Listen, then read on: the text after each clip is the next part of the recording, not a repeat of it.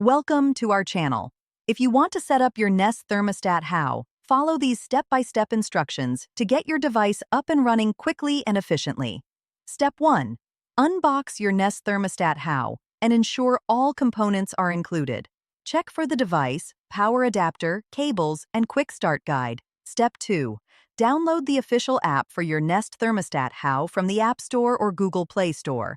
Create an account or sign in if you already have one. Step 3. Power on your device by connecting it to a power source. Wait for the indicator light to show that the device is ready for setup. Step 4. Open the app and follow the on-screen prompts to add your new device. The app will search for nearby devices automatically. Step 5. Select your Nest thermostat how from the list of available devices and follow the pairing instructions. You may need to press a button on the device to initiate pairing. Step 6. Connect your device to your Wi-Fi network by selecting your network name and entering the password when prompted. Step 7. Complete the setup by customizing your device settings according to your preferences. This may include naming your device, setting up notifications, and configuring advanced features.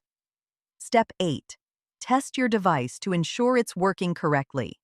Check all functions and features to confirm successful setup. Don't forget to like this video and subscribe to our channel.